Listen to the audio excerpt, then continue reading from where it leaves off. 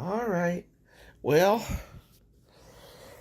here we are again. It's time for another fun-filled episode of the Main Street Randyland YouTube channel. Hooray! Okay, Blackie, you gonna go? All right, Blackie's had enough. Poor Blackie. He wants to lay with me in bed. But unfortunately, there's been no room in bed because this is bed. You see? This is bed. Well, this is how it starts. You get involved with doing stuff, and it's been too cold to work at the arcade, so I try to fix things where I can. And I'll tell you where it started, if I can find it. Here is where it started. Can you see this here? This lovely little board. This is a delightful optic sensor. And it's from one of the punching bag machines. And it has to detect the movement of the bag in order to see the speed of your punching. Well, that's fine, except one problem is it doesn't work. It failed.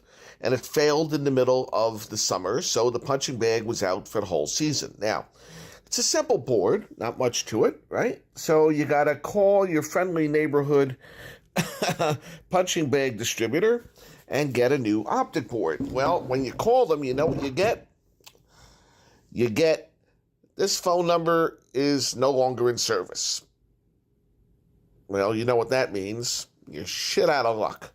So, how hard can it be to fix it? Well, the problem is that it is one of those delightful surface-mounted boards. Problem is, all the components are mounted on the top. They're tiny, and they have those lovely code numbers that apply to surface-mounted parts that if you can't read all the numbers, which you can't, you're done. So there's no schematic for it, so you got to try to reverse engineer it and figure out how it would work. Well, it's not that complicated. So the first thing I suspected would probably be the optic itself. Here's an optic, and one side is a sensor, and the other side is a light source. And the lovely, the lovely light sources for years have been infrared, so it's not like I can easily just even look at it and tell you if it's functioning or not, and I'm sure it's not. And you can use your cameras and try to see if it's working, but first thing you had to do was try to track down more sensors. Okay, so after tracking down my sensors, here's my new sensors.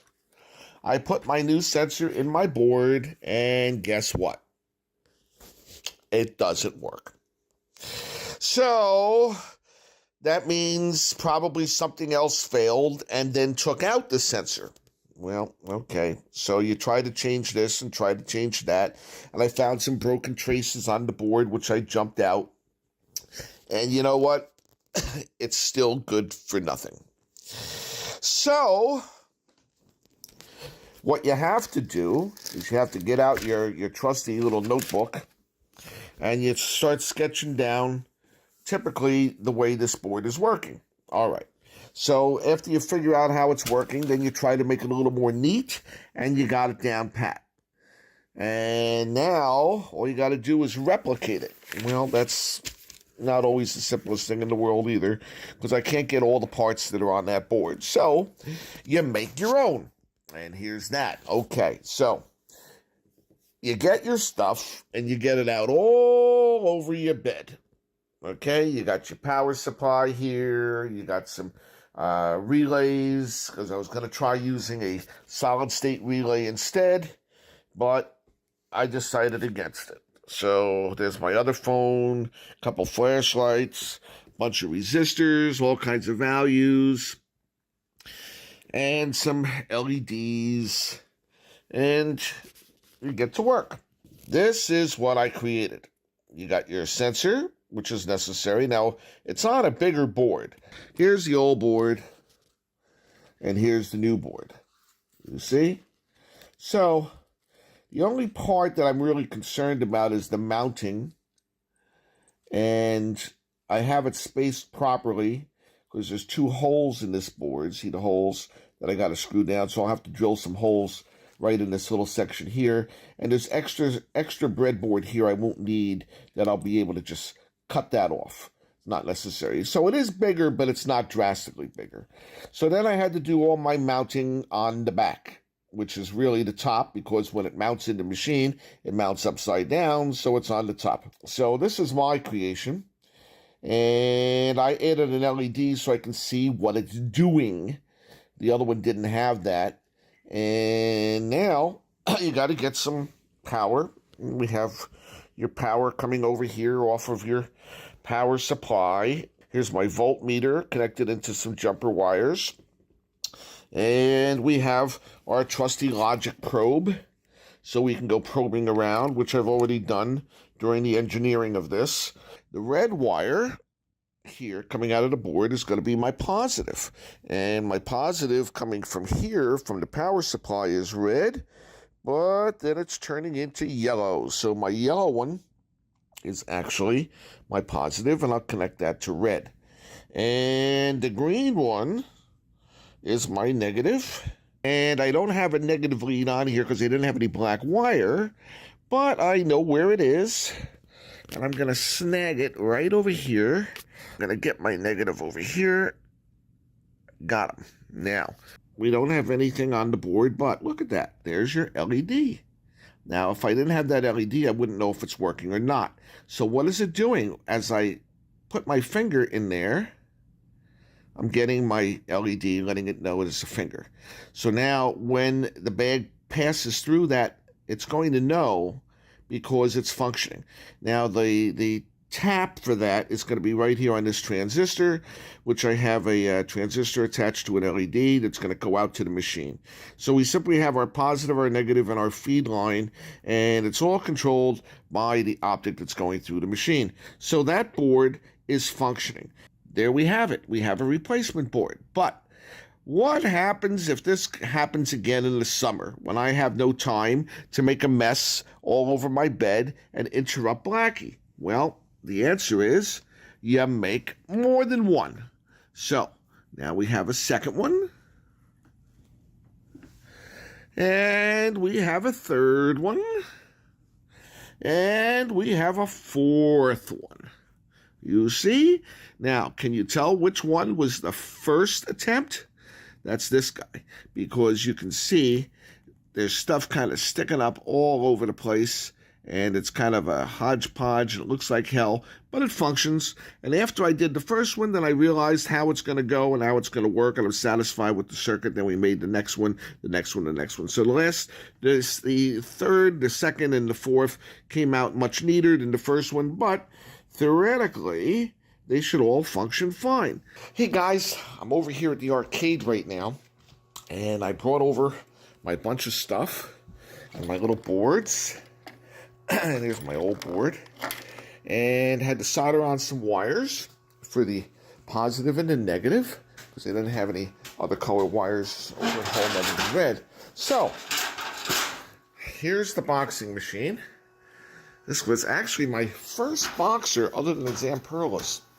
This was given to me by Bobby D, and I've kept it going all these years. Well, here we are up at the top of the boxing machine. It's a very glamorous world up here. I feel like the chimney sweep with a rooftop of jungles. Well, down here we have just installed my little optic board. You see that? And my wires are connecting over to the old wires that used to come up. So we're going to use the release here and bring down the bag. If we can get my hand in there and not get caught. There it goes. When the bag swings, it swings up here, and there is a blade. You see the blade? That blade is going to cross right under my board. And that will tell the machine how fast that bag is traveling. So, we have our LED there. When the bag passes through, LED lights, the bag's back up on top. So, in theory, that means the boxer should be working. Let's cover it up here so we don't get caught at the top. I have 3 credits. Okay. If the optic wasn't working or the bag doesn't come down for some reason, we'll get a default. Now, I'll simulate that by holding the bag up. Watch. I'm going to hold the bag up so it can't come down. We'll push it. You see the machine's trying, and it's going to default.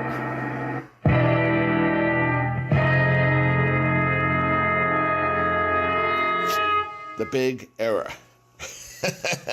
Now, if you go in the back and you research Magic Play, who made this, and you call them up, you will get no answer because their phone number is no longer in service. So, you're on your own, kids. So, what do you got to do now? Well, you got to reset the machine. All right. Boxer ready. So let's see if I push the button without touching it. Came down. Look at that. It's telling me it's ready to go. It would not be doing a countdown if it had not recognized the bag in the down position. So when we slap our bag up,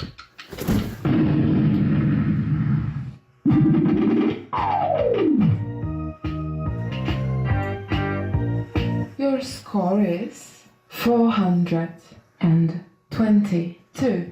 You're a brutal. A brutal. So the optic board is working exactly as planned. Randy Land Engineering always comes through one way or another. Okay, well, we got 2 more credits. The bag feels stiff like it needs oil, but we'll see if we can get it to come down. Press the button.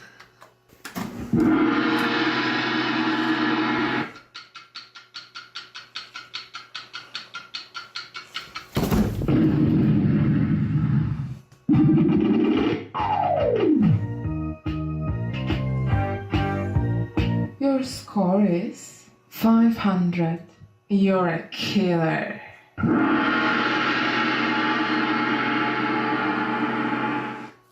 A killer. All right, so the boxing machine is fixed. Good to go. We'll have to oil it up when the weather comes up. Make sure all the functions are smooth and easy. The bag will come down and we'll have very few problems.